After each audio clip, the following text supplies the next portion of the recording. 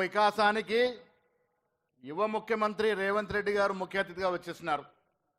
మిత్రులారా, గత 10 ఏళ్ల పాలనతో పోల్చుకున్నప్పుడు నీళ్లు నిధులు నియామకాల పేరిట అధికారంలోకి వచ్చినట్టు కేసీఆర్ 10 ఏళ్ళు పచ్చంగా 10 ఏళ్ళు నిరుద్యోగులు ఏ విధంగా మోసం చేసినారో చూసిన మనం రాహుల్ గాంధీ గారు సోనియా గాంధీ గారు ఇచ్చిన మాట ప్రకారం అధికారంలోకి వచ్చిన కాంగ్రెస్ ప్రభుత్వం రేవంత్ రెడ్డి గారు ముఖ్యమంత్రిగా, బట్టి గారు ఉప ముఖ్యమంత్రిగా, మంత్రులందరూ కష్టపడి ఇచ్చిన ఉద్యోగాల సంఖ్య ఒక సంవత్సరంలో 55,000 మాట గుర్తుపెట్టుకోవాల్సిందని విజ్ఞప్తి చేస్తా ఉన్నాను. ఉద్యోగాల పేరిట మోసం చేసిన కేసీఆర్ ఆనాడు ఏమి చేయలేని పరిస్థితిలో తన కుటుంబంలో ఉద్యోగాలు పెట్టుకున్నాడు తప్ప ఎవరికి ఉద్యోగాలు ఇచ్చిన పాపాన పోలే.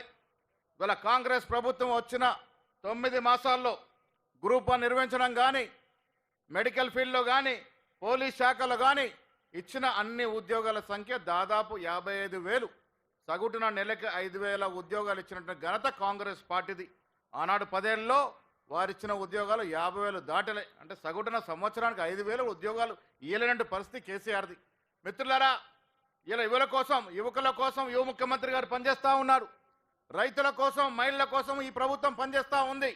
మీ అందరూ మేలుకోలే ప్రభుత్వం ఈ 5 ఏళ్ళు కొనసాగే విధంగా మీ ఆశీర్వదించాలని, వచ్చే ఎన్నికల్లో ఇక్కడ ఢిల్లీలో గెలిచి రాహుల్ గాంధీ గారిని ప్రధానమంత్రి చేసుకోవాలన్న ఆకాంక్ష ముందుకు పోతా ఉన్నాం. మీ అందరూ సహకరించాల్సిందిగా కోరుతూ సెలవు తీసుకుంటా ఉన్నాం. జై హింద్, జై కాంగ్రెస్.